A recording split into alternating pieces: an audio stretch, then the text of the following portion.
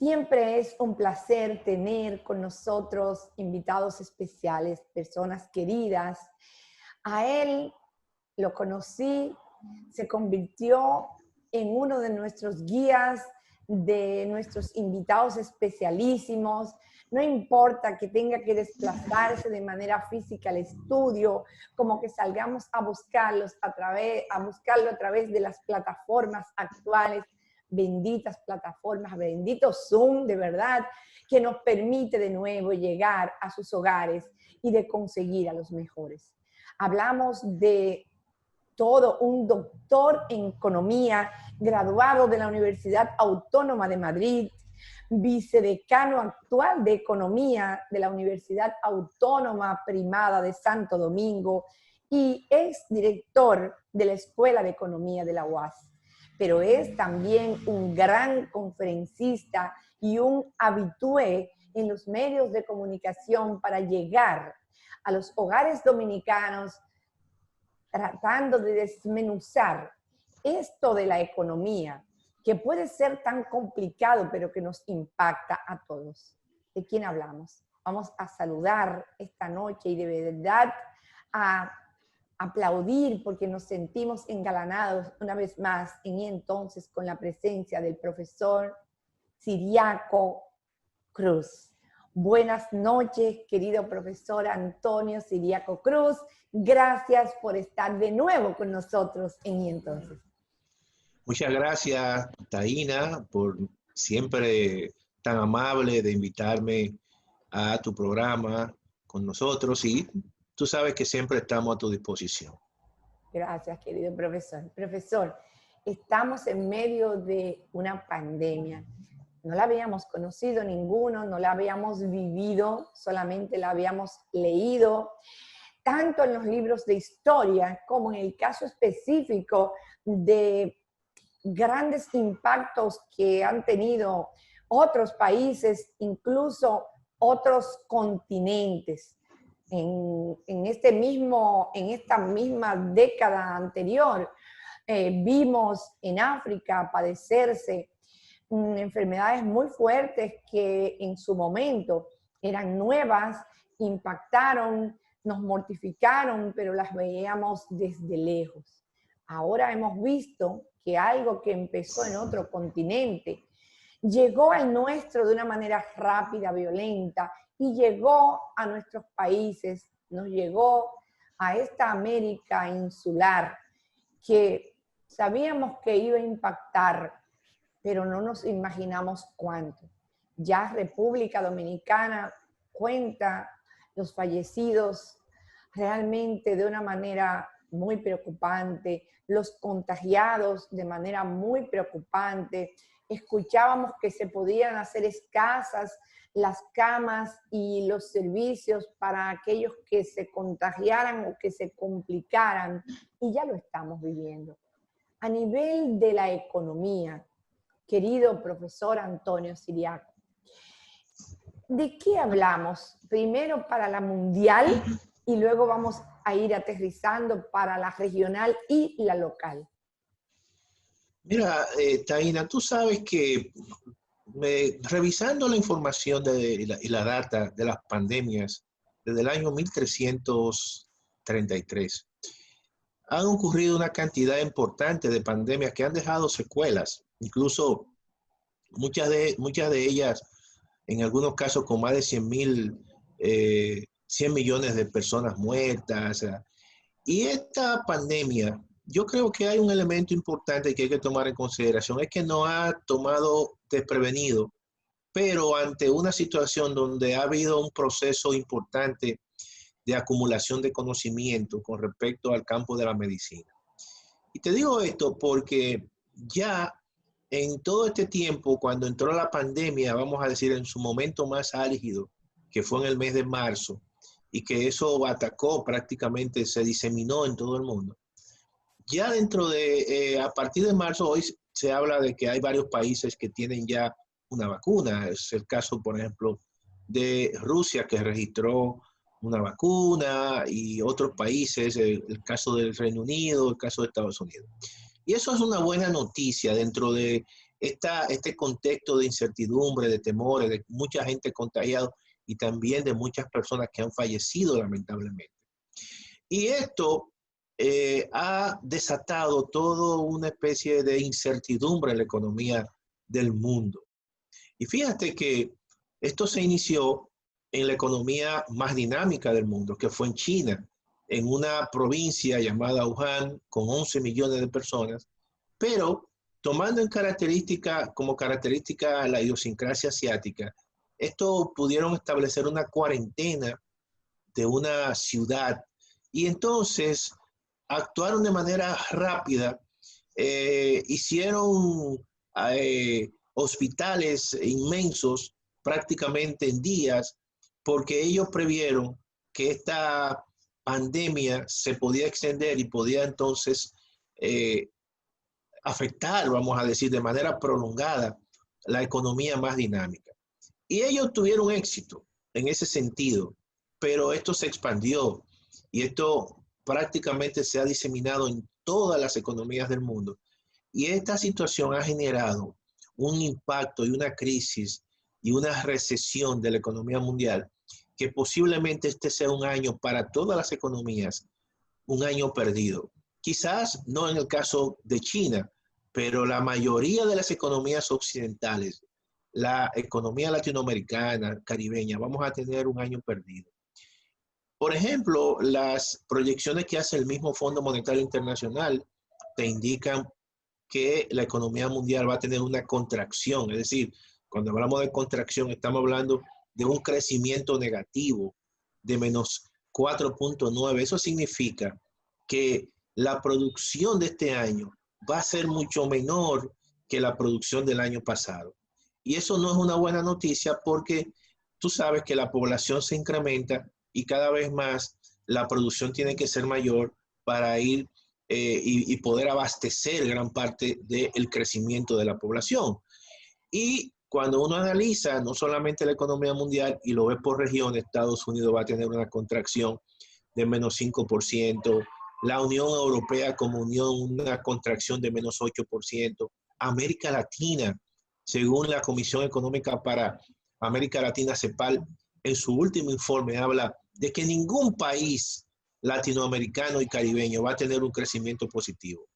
Y dice que, por ejemplo, la República Dominicana va a estar dentro del grupo de aquellos países que menor impacto va a tener. Oye bien, y aún así el crecimiento de nuestra economía, según la Comisión Económica para América Latina, CEPAL, va a ser negativo de menos 5.3. De manera que este es un año, yo creo, perdido. Es un año donde se ha caracterizado por altos niveles de desempleo, porque la pandemia, cuando inmediatamente penetró en las economías, los gobiernos decretaron separación física. Entonces los trabajadores prácticamente no iban a su centro de trabajo. Y las empresas entonces, como no tenían trabajadores, tuvieron dificultad para producir. Y como no producían, no podían vender.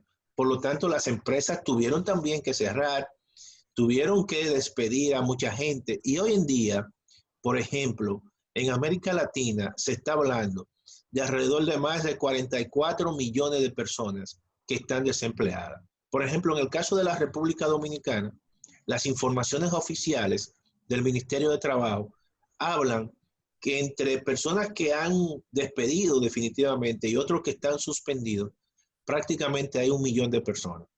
Y dentro de ese millón, apenas el 25% pudo volver otra vez a su trabajo, pero el resto se ha quedado en su casa.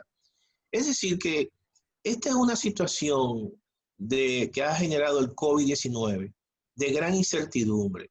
Y yo creo que el tema sanitario, que es un tema que esta pandemia ha desvelado, porque yo creo que muchas veces uno siempre decía que había que invertir más, primero en educación, que la educación, bueno, se comenzó con el 4%, pero luego, concomitantemente, siempre la educación iba emparejada con que con la salud. Y la gente decía, hay que invertir más en salud. Nosotros no podemos darnos el lujo de tener un presupuesto de salud del 1.7 del Producto Interno Bruto, es decir, el gasto público, cuando en América Latina y el resto de los países se gastan un 3, un 4, hasta un 5% en salud. Entonces, yo creo que un elemento que puede ser una oportunidad que nos va a dejar esta pandemia es prácticamente reconocer que muchos problemas hay que atenderlos. Y el tema de la salud es un tema tan importante, o quizá más importante que el tema de la educación, porque no hemos dado cuenta ahora mismo. Sin salud no hay nada. Fíjate que la salud, estamos todos propensos y asustados porque no nos queremos contagiar. Estamos confinados en la casa. Eso ha afectado la economía, eso ha afectado la educación, eso ha afectado a la familia, eso ha afectado todo, a todos nosotros. Nosotros estamos ahora mismo haciendo un programa vía una plataforma virtual que se llama Zoom, pero que eso se le llama hoy en día un teletrabajo. Tú estás haciendo un teletrabajo, yo estoy haciendo un teletrabajo, y eso también tiene sus secuelas. Los niños, por ejemplo, hoy en día no pueden salir, no pueden ejercitarse, y eso genera también muchos problemas de carácter emocionales, señores. Tú sabes la cantidad de niños y jóvenes que tienen que ser auxiliados, por ejemplo, por un psicólogo, por un psiquiatra, porque están confinados en la casa, no saben qué hacer, pero también los padres no tienen una respuesta a eso. Eso es un problema. Yo creo que la pandemia no solamente ha generado una situación económica como la que estamos viviendo, de una caída de la actividad económica, sino que socialmente, señores, nos ha transformado. Tenemos que reinventarnos en muchas cosas. Y uno de los elementos en los cuales la sociedad se está reinventando es en el trabajo, el teletrabajo. Yo estaba leyendo en estos días algo que me llamó la atención y estaba leyendo una información de Walmart, que es quizá la empresa de retail en Estados Unidos más que vende más barato, más grande.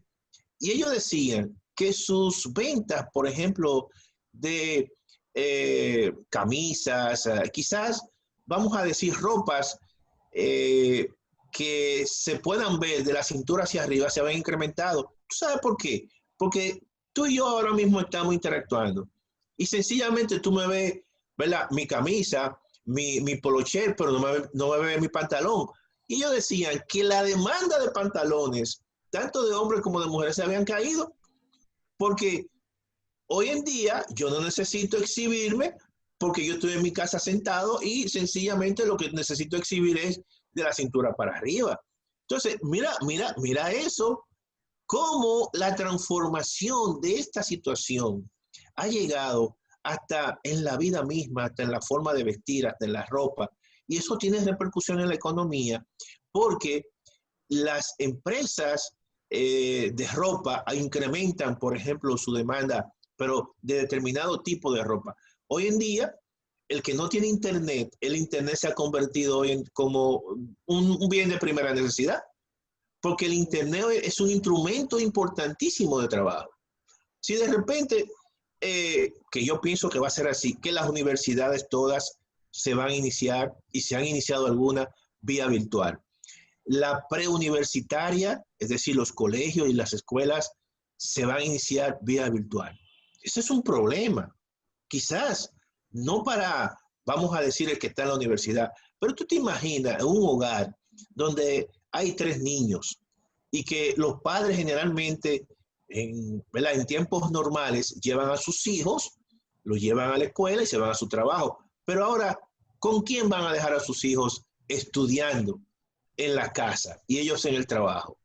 Niños que no pueden hacer una especie de una autoeducación, pero además hay un riesgo. Tú no puedes dejar 3 niños de 8 años, 9 años en su casa. Tú no sabes qué pueden hacer. O sea, ese es el gran dilema de hoy en día. Y por eso es que hay actividades que no han podido, después del impacto de la pandemia, no han podido reaperturarse, no solamente en la República Dominicana, sino también en países, tú sabes, más desarrollados que la República Dominicana, con más recursos que la República Dominicana, con más posibilidades que la República Dominicana. Y todo eso yo creo que es parte de esta dinámica nueva que nos ha dejado y estamos viviendo con el coronavirus. Wow. Cuando esto pase, Taina, evidentemente que mucha gente va a volver a su vida normal. Y eso no será algo que ocurra por primera vez. Ha ocurrido en otras pandemias. Ocurrió en el 1918 con la pandemia, con la situación de la fiebre española y en otras situaciones. Ahora siempre se queda un elemento nuevo. Y yo creo que nosotros tenemos que esos elementos nuevos aprovecharlos. Mira, yo creo que nosotros tenemos que, una vez pase esto, no solamente en el campo de la educación, profundizar y que cada universidad tenga grandes campus virtuales, que pueda combinar la educación presencial con la educación virtual, que es un elemento que se va a quedar. Pero también hay otro elemento que tiene que ver con el campo sanitario, que nosotros tenemos que retomar, que es la inversión en laboratorios, en investigación, mínimamente. No es posible que en la región de América Latina y el Caribe no exista un gran laboratorio regional de biología molecular, por poner un ejemplo, que es lo que los países desarrollados han utilizado para generar esta situación de una nueva vacuna, ese tipo de cosas. Yo creo que esas son lecciones que tenemos que aprender. Y también en el campo de la economía. En el campo de la economía yo creo que hay muchas lecciones importantes. Nosotros tenemos siempre que pensar y actuar con mucho cuidado, no hacer desajustes dentro del campo de la economía, porque mira qué ocurre. Nosotros, durante el tiempo del auge, que la economía creció mucho, nosotros, en vez de disminuir la deuda, aumentamos la deuda. Y ahora que viene en el tiempo de las recesiones, de la vaca flaca, que deberíamos aumentar la deuda pública, no la podemos aumentar, porque en el momento que nosotros debimos de disminuirla, no lo hicimos, y ahora es que necesita de aumentar la deuda pública, porque los recursos del Estado se han caído. Tú sabes que las actividades, por ejemplo, empresariales, sus actividades han disminuido, y son las empresas al final que pagan los impuestos, son la gente que está trabajando que pagan los impuestos. Y si hay mucha gente que está desempleada, no es verdad que esa gente, ¿dónde va a buscar los recursos para pagar el impuesto al gobierno? Por lo tanto, yo creo que esas son lecciones que nosotros tenemos que aprender con esta situación de la pandemia. Wow. Vamos a una pausa, doctor. Regresamos en breve para ver en qué medida República Dominicana ha alcanzado una nota que por lo menos nos diga que nos permite poder ser promovidos o que tendremos que ir a extraordinario. Una pequeña pausa. Regresamos en breve.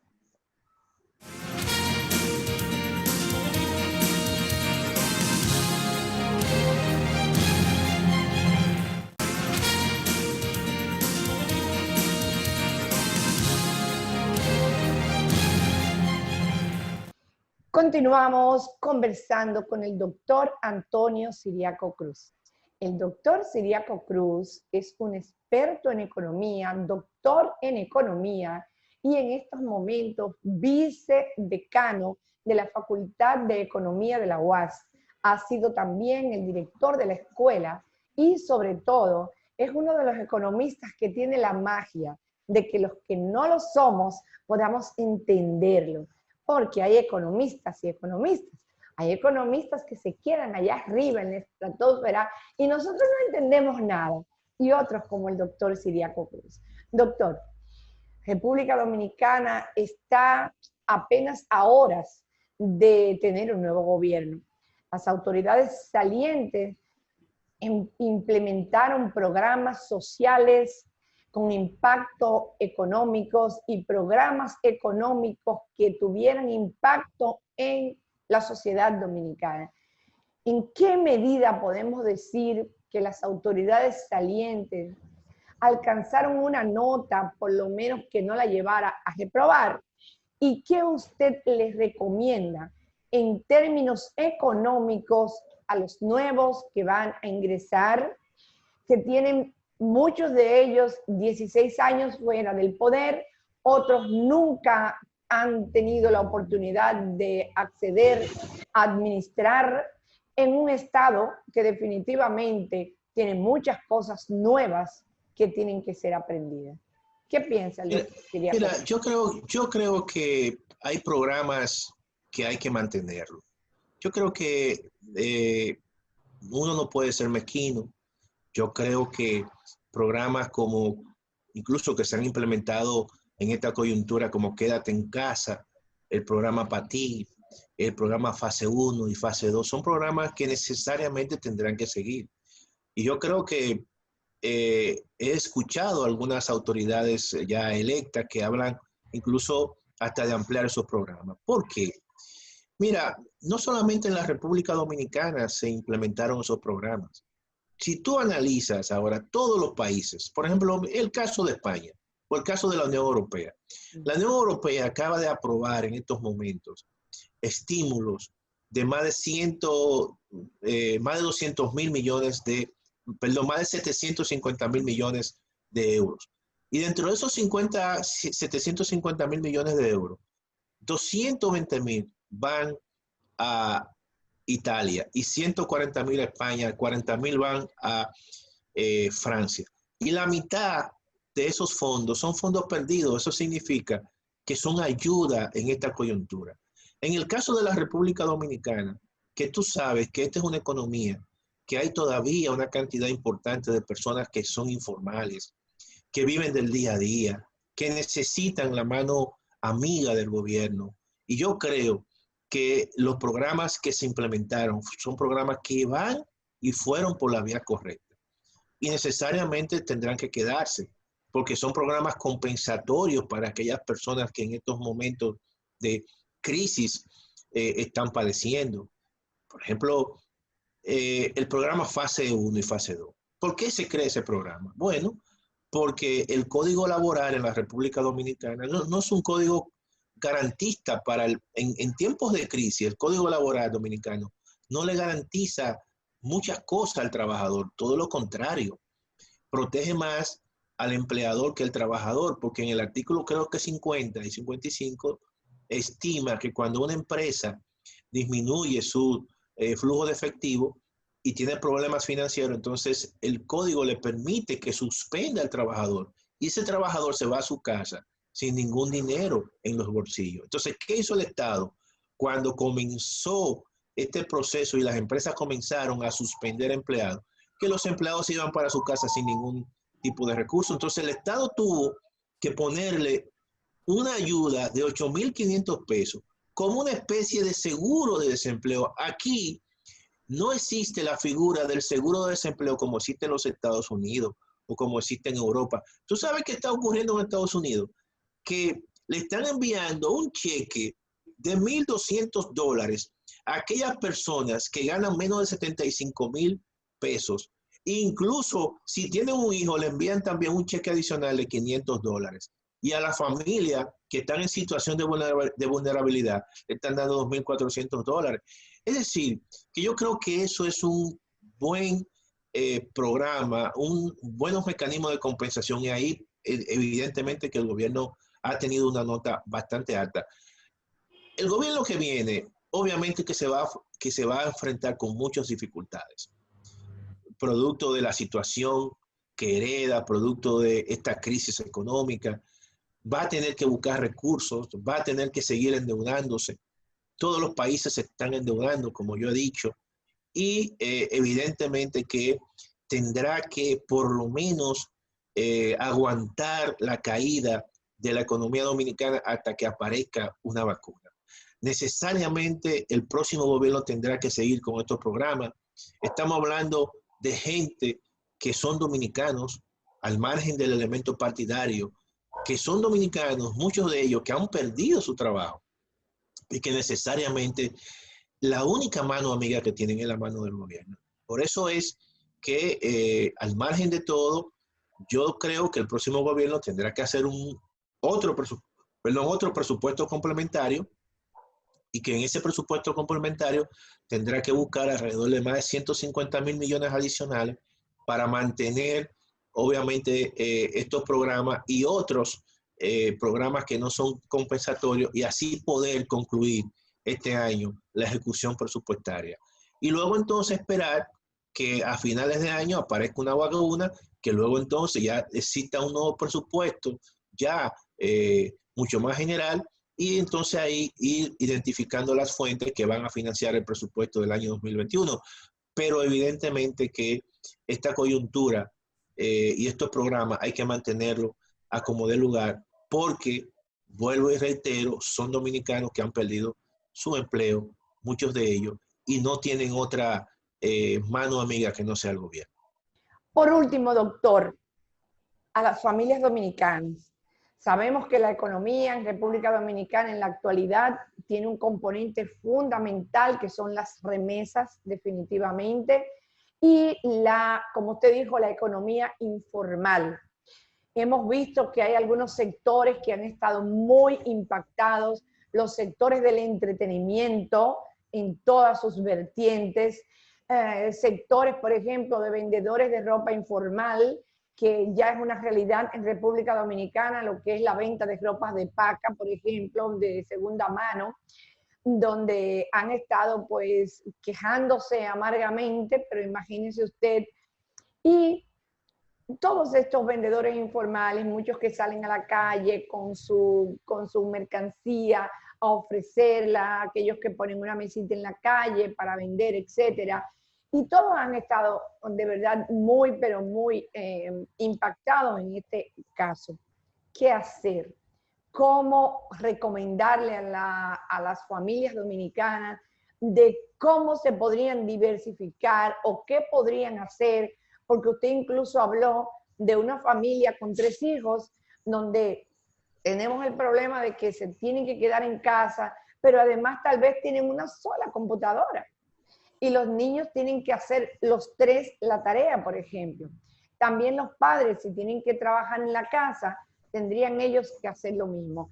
O sea que hay que invertir todavía más en tener otros dispositivos para los hijos conectarse, los padres conectarse, tal vez aumentar lo que sería pues el paquete que están comprando algunas de las compañías telefónicas, la velocidad del internet, etcétera. O sea que estamos hablando de invertir más, de gastar más cada vez todos, y además incluso no solamente esto, sino si alguno se enferma, lo que sería incluso en comprar medicamentos. Un mensaje final para estas familias dominicanas, para ver qué podríamos hacer para que no se tenga un impacto tan fuerte en relación a los gastos, al aumento de los gastos, doctor. Y muchísimas gracias por estar aquí de nuevo, Nienton. Mira, Taina, yo creo que ante una situación de crisis y aquellos, por ejemplo, padres de familias o madres de familia que están llevando un hogar, yo creo que los recursos hay que optimizarlos. Los presupuestos hay que racionalizar. Hay que ser consciente de esa situación. En situaciones como la que estamos viviendo, los presupuestos se destinan a 2 cosas, básicamente, como prioridad: a los alimentos y a los medicamentos, que yo creo que son 2 elementos importantes y esenciales. Y eso, obviamente, que hay que combinarlo.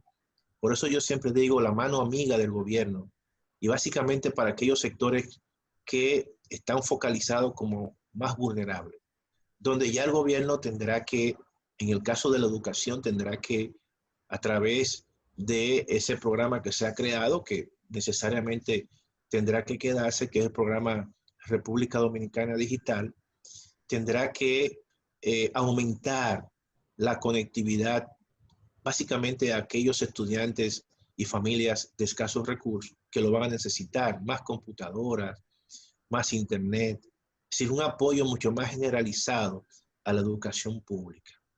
Pero también que eso vaya conjuntamente con el uso racional de los recursos privados de las familias, de los pocos recursos, porque si en una familia antes trabajaban 2 y ahora hay 1, o si antes trabajaban 3 y hay 2, yo creo que con más razón tenemos que ser conscientes de que los recursos son escasos y que hay que concentrar los recursos en aquellas actividades que son mucho más, que nos generan más, vamos a decir, proactividad, que nos generan más rentabilidad.